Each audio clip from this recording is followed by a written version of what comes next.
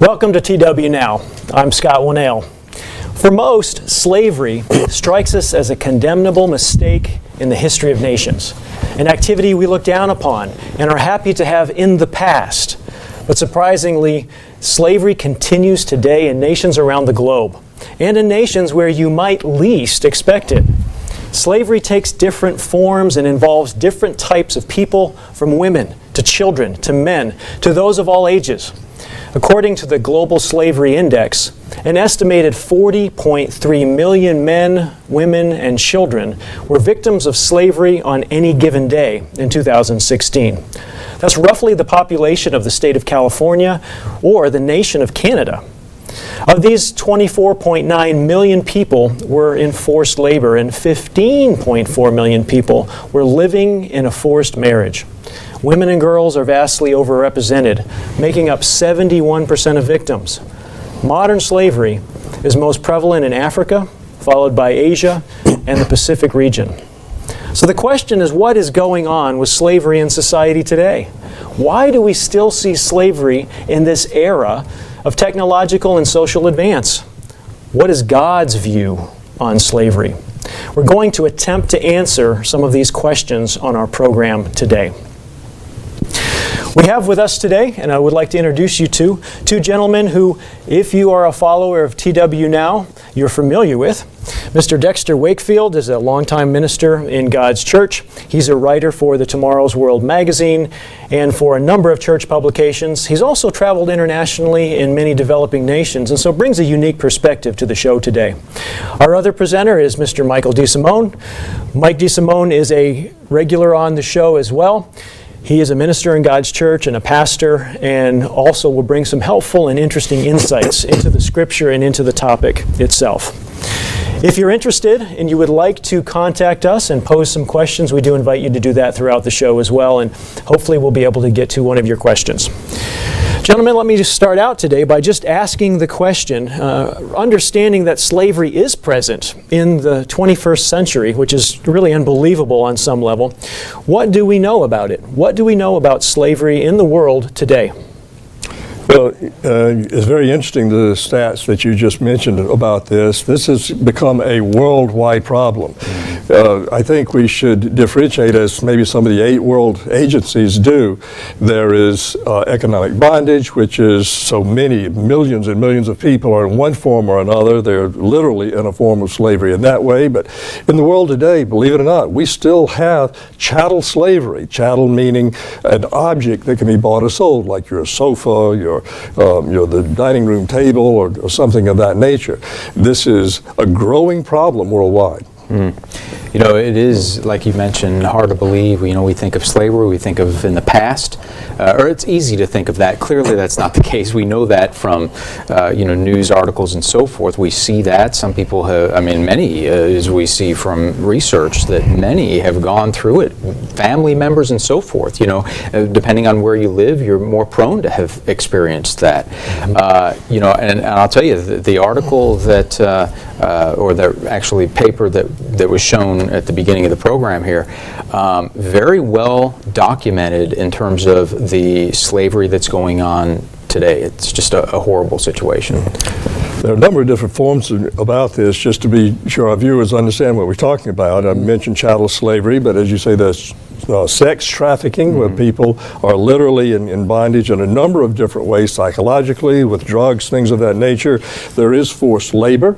People are brought places and they can't get away, and they're made to work sometimes for many years. There's bonded labor, there's debt bondage, domestic servitude, very common in a lot of parts of the world. And I understand that it goes on in the United States now, that people bring in, say, an illegal immigrant or unlawfully into the country, and the person can't get away. Yeah, and they've got this leverage over them that they can't, they have to do what this person says. Yeah, they're completely in control. The person is not compensated properly for their labor, and they're not able to get away from it.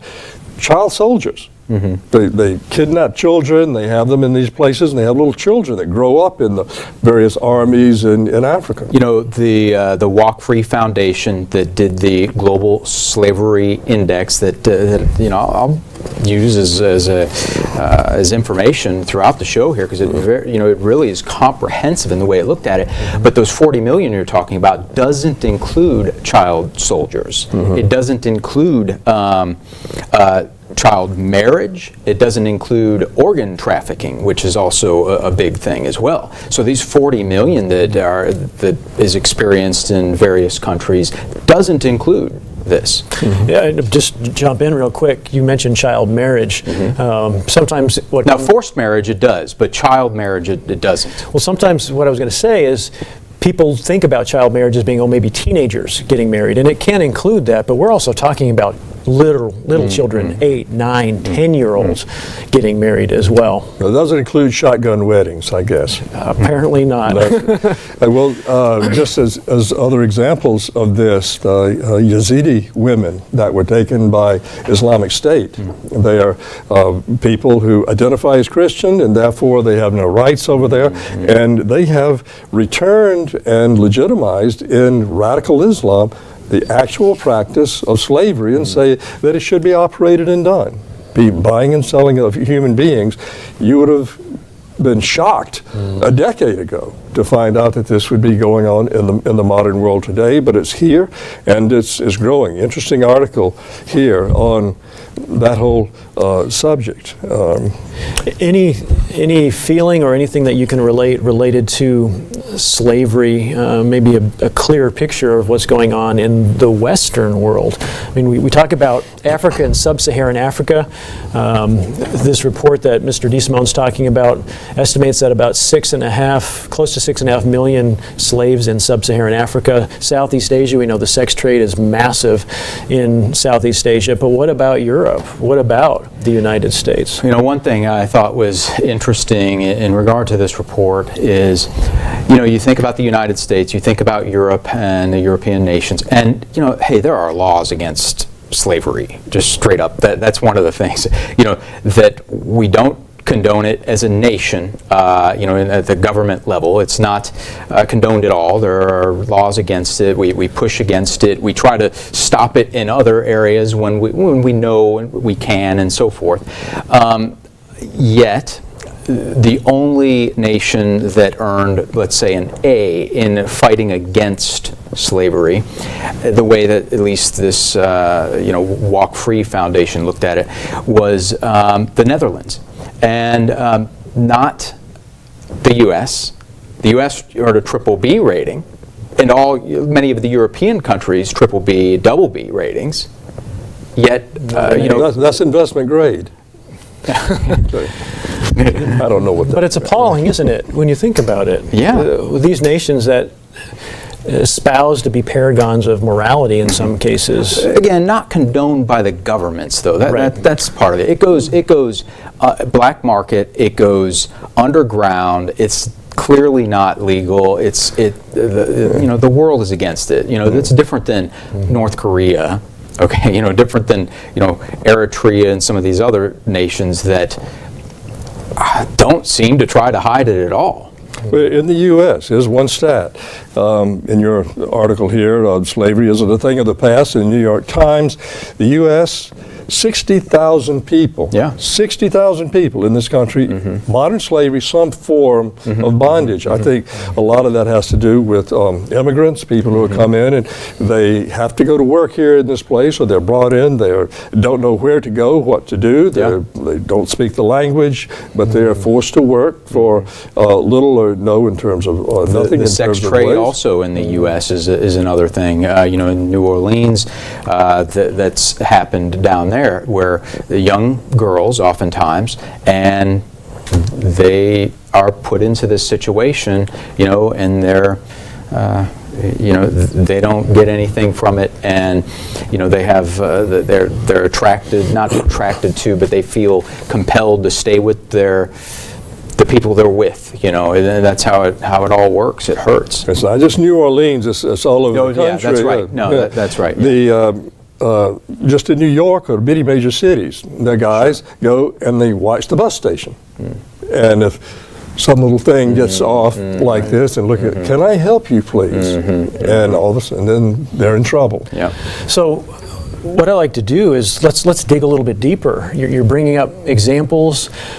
Why does modern slavery happen? I think we're dabbling on the edges of it, but what are some of the underlying reasons for modern slavery happening? What are some of the societal weaknesses that lend to slavery occurring in this advanced society we have? Who would have imagined that in the 21st century we would still be dealing with this issue, and not just dealing with a little issue, but a big issue on a global scale? You know, one of the major factors behind slavery on the global scale, and I say global scale, I'm saying in these particular nations that rank highest in regard to slavery, is conflict. And that is a major factor, you know, where now there are problems with getting resources to the people, food, water, medicine, healthcare, that type of thing. And what do you mean by conflict?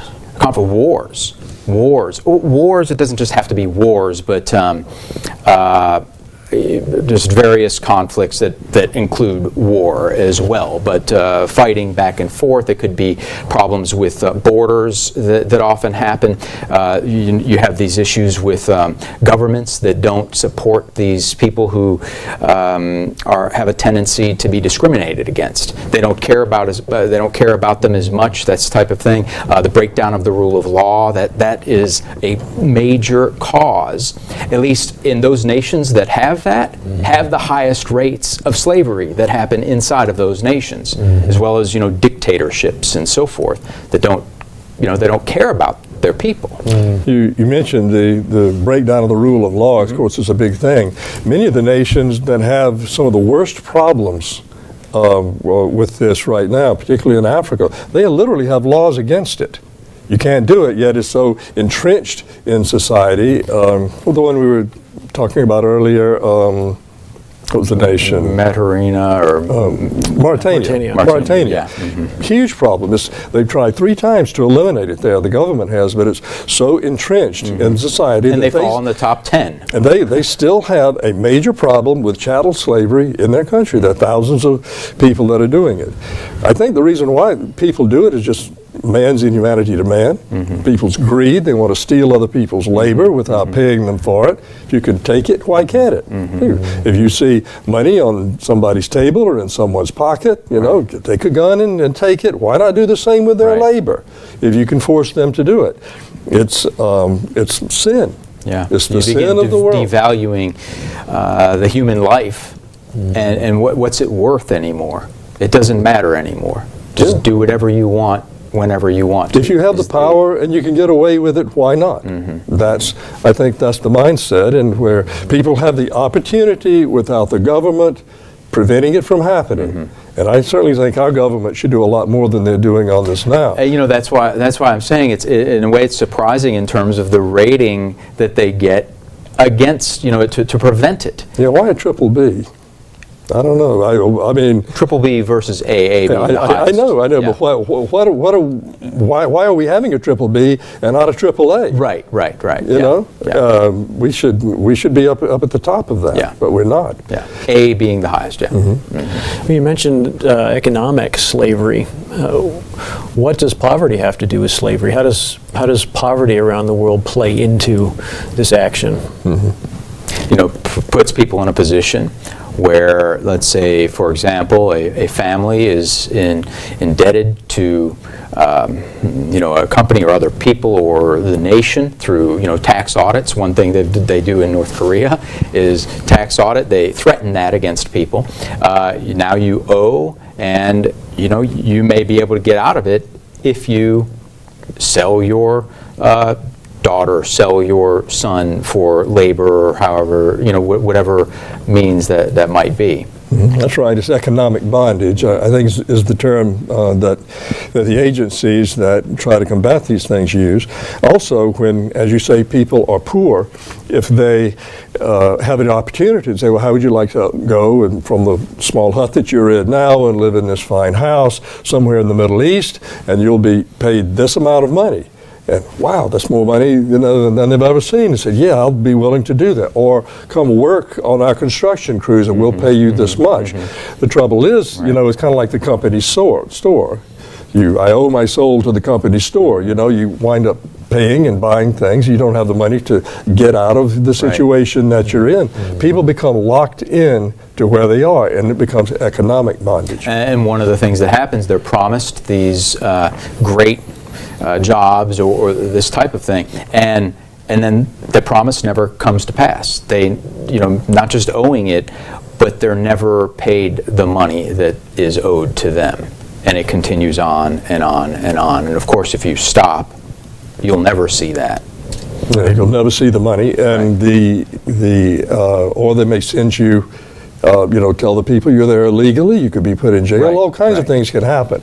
So they're in a very weak position to be exploited economically. And they've started out in a weak position in terms of where they're at in their society. And others with leverage over them have misused it.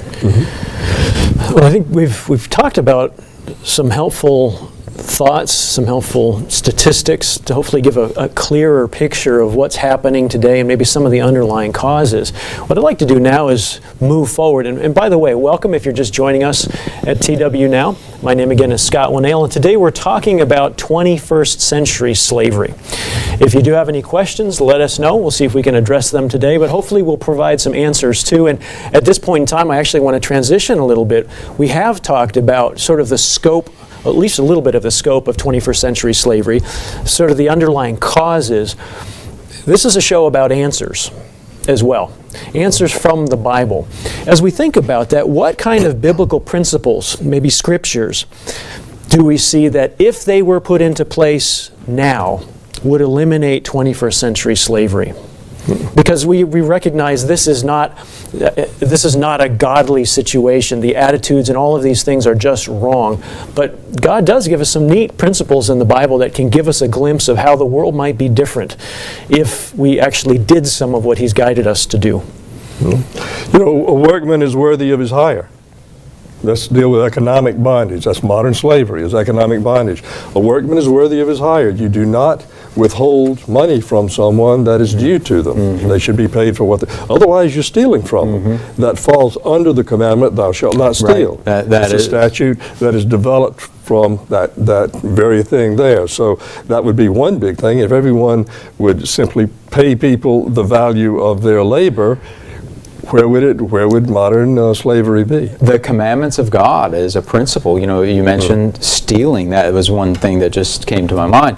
Stealing, thou shalt not murder. Okay, so this is, maybe it's not murdering, but it's the spirit of murder. It's the spirit of hatred. This is not love toward another individual. This is the opposite of love. Some of these people, many of these people would rather, at least from some of the studies, many would rather be dead than do what they're doing and having to go what they're going through. Thou shalt not covet. Sure, thou shalt not covet. Hey, yes. I want your labor. That's right. And I want what you've got, and I want to put it to my purpose. Absolutely. So I'm going to steal it. So those are some major spiritual principles there. Just another thought. I wonder if they get a break on the Sabbath day. They're being forced. Right. Well, yeah. Even the Sabbath command in Leviticus 23 is part of that, but Exodus 20, where God's giving the Sabbath command, He said, even your servants and your animals were not to work That's right. on the Sabbath day. Yeah. So interesting principle there. You, your manservant, your maidservant, the stranger that is within your gate, your animals, everything was supposed to be at rest. So those are certainly biblical principles that show love and mercy towards other people and also reflect God's character. The stealing thing is interesting because oftentimes, especially when we're talking about thinking about slavery and servants, we often think about that from one side, don't we? Or at least I do, where it's the servants or the workers stealing from the employer. Right. But the way you flip that to give us some more insight, we're actually from the employer's actually stealing from that employee. That's a powerful concept. I don't want to digress too much on this, but I was giving a speech to our students over at our building here one time, and talked about the value of your labor, and if you're being paid for it, if you're being paid $10 an hour or 12 or 15, whatever it is, you give that amount of labor to your employer. Yeah, or more. Or more. If you do less than that, you're stealing. Right. This is something that we teach in the church. Right. And it also makes us really good employees, folks. So see some of these great kids going around out there. They make wonderful employees. They'll always tell you the truth, and they will always give you, I hope, a full day's labor for a day's pay. One other thought in terms of principles, something Jesus Christ talked about in regard to the leadership of the day at his time. In Matthew 20, Jesus said, he was talking to his disciples, he says, "You know the rulers of the Gentiles lord it over them, and those who are great exercise authority over them." This oppressive authority that the rulers of his time, and we see it now, exactly what we're talking about now, it happens. That's the way they think about leadership and authority. Whereas he said, "Yet it shall not be so among you, but whoever desires to become great among you, let him be your servant." So this is the creator of the universe who gave up everything of glory and power and majesty, came down. This is the attitude that he showed. And whoever desires to be first among you, let him be your slave. And Christ came as a servant to mankind. And he says, just as the Son of Man did not come to be served, but to serve, and to give his life a ransom for many. So this is an attitude, a principle that if that were put into practice would solve a lot of problems. We were talking about this a little bit earlier, and I thought that was a great scripture that you came up with about this. And one of the things I noticed about it is that it's the reverse. Sure. It's the complete reverse of the world. The world says, the top guys are here, the big guys, you're a benefactor, he's going to take your money, make your work, and do everything. And that's the way it is. He's the big guy, you're the little guy. Well, Christ says, no, it's the other way around. Right. You are the slave if you are the one in charge, that you're there to serve, you're there to give, you're there to take care of the people. So there's so many things in the Bible. It's the opposite, the polar opposite, or the reverse, whatever you want to say, of the way the world is. The world is the reverse of God's way of life. Christ is coming to do away with this whole system. He's coming to replace it, destroy it and replace it with his kingdom that is going to reflect the qualities of servant leadership and the right things that you were just talking about. Well, that concept of leadership, I think, is important. When we look at slavery, historically, but in the 21st century, who really is responsible for implementing it and making it happen? It's not the people on the bottom, is it? It typically is the leaders who are propagating these ideas, forcing people to become their servants and their slaves. This concept of servant leadership, let's toy with that a little bit. God's principles speak to that, don't they? What are some of those principles that really are pointed to leaders in the world today and in tomorrow's world, that if these leaders would actually follow these principles, aside from just the commandments we've talked about, what are some of those leadership principles? What are some of those attitudes that God wants leaders to have that would really change this whole concept of slavery? Well, one thing I think about is Philippians 2, it says, "Let nothing be done through selfish ambition." So that's the drive, or a large part of the drive behind slavery. Having other people do these things for you to build you up, and oftentimes the governments, they support the governments in that way if it's promoted by the government. Selfish ambition or conceit, but in lowliness of mind let each esteem others better than himself. This attitude of others are worth a human life that was made in the image of God. God created them. They have feelings, emotions. They have a future potential to become a part of God's family. This understanding, then there's a disconnect between treating people that way and having that understanding. It doesn't happen. We were talking about the commandments earlier, and the second 6 are reflected, "Thou shalt love thy neighbor as thyself." Love your neighbor as yourself. Well, if you actually do that, if you actually care about other people, you're talking about loving and caring for other people, valuing, whether it's their labor, their lives, their happiness, valuing those things as you would for yourself. Then if people did that, that would sum up all of the second 6 commandments, and I think the world would certainly be a better place. And that will be the standard in God's kingdom. But it's not the standard now. No. It's, do unto others before they do unto you, is basically the standard that we have now. Just, to say specifically, the golden rule, this idea that many would think they live by or would think to want to live by, do unto others as you would have them do to you. Well, the golden rule these days is he who has the gold makes the rules. That's the golden rule. Right. But God has it differently, and he will set the gold standard in the future. So as we begin to wind down, I want to think about the future. In this time when things will change. What do you see in the world tomorrow? What kind of a world is it as it relates to slavery, but life in general for all of humanity?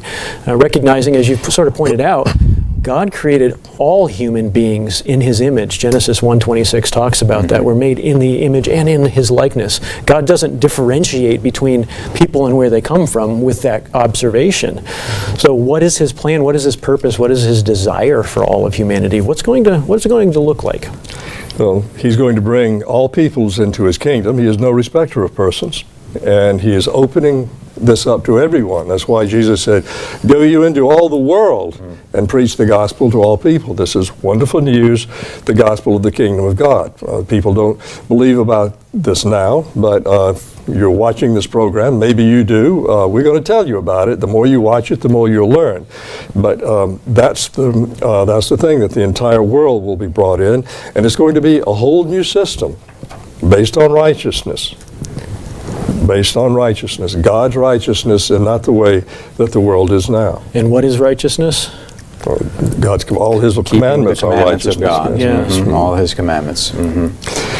Another thought is, so here's Jesus Christ going to return to this earth. He's going to establish his kingdom, that, as Daniel shows, it will crush the other kingdoms in effect, and his kingdom will be set up, his ways will be set up, it will be looked to as a beacon of hope for the world at that time. And it says nations, Micah says, nations are going to come to that, to Jerusalem, to learn those good ways. It says there won't be any, and not so. We talked about, what causes slavery? Well, that greediness, that selfish ambition, this for the self and get that way of life. But war, conflict, again, as the research shows, one of the main facilitators for slavery. He says that they're going to beat their swords into plowshares, their spears into pruning hooks. They're not going to learn war anymore. He will fix that. And a world that facilitates it, sets up the possibility, primes it for slavery, all of that's going to be taken away. And people can live, people can be happy without that. In the Bible, Egypt is a type of sin. Israel was in Egypt. They came out, went through the Red Sea, a type of baptism, went out and made their covenant before covenant with God. So we see Egypt being a type of sin. When Israel went into sin with idolatry, then they went into bondage. In the Bible, both in Old Testament and New Testament, slavery pictures sin, in very much the same way that war pictures spiritual conflict. These pictures and images go throughout the Bible. But we're told in Romans 6:16, it says, do you not know that to whom you present yourselves to slaves to obey, you are that one slave whom you obey? The world right now is obeying an adversary, a vicious, terrible adversary. Satan the devil, and yes. Frankly, Satan the devil. And modern slavery perhaps is growing more and more simply because the world is moving more and more into sin and farther away from God's way of life. Sin is metastasizing all over the world, and it's likely to get a lot worse before it gets better. as Mr. Armstrong, or Herbert W. Armstrong said, that this is a world held captive. We're in Satan's profane mountain, not God's holy mountain, which is coming. But all that's going to change. It's going to change. And Christ comes to liberate the world from Satan's clutches, from his bondage, from slavery to him. And that's what we can look forward to. And one of my favorite scriptures is in Isaiah, and it talks about proclaiming liberty to the captives. Proclaiming liberty, healing the brokenhearted. That's right. It's a vision that, it's true. It's real. Christ is going to return. He's going to establish his kingdom on this earth and do that. And not that it's specifically talking about, all the world, but it does represent the principle of all the world. Jeremiah 30, he says, I will break his yoke from your neck, this idea of slavery, because he says it's going to get much worse than it is right now. There is a time when it will, before he returns.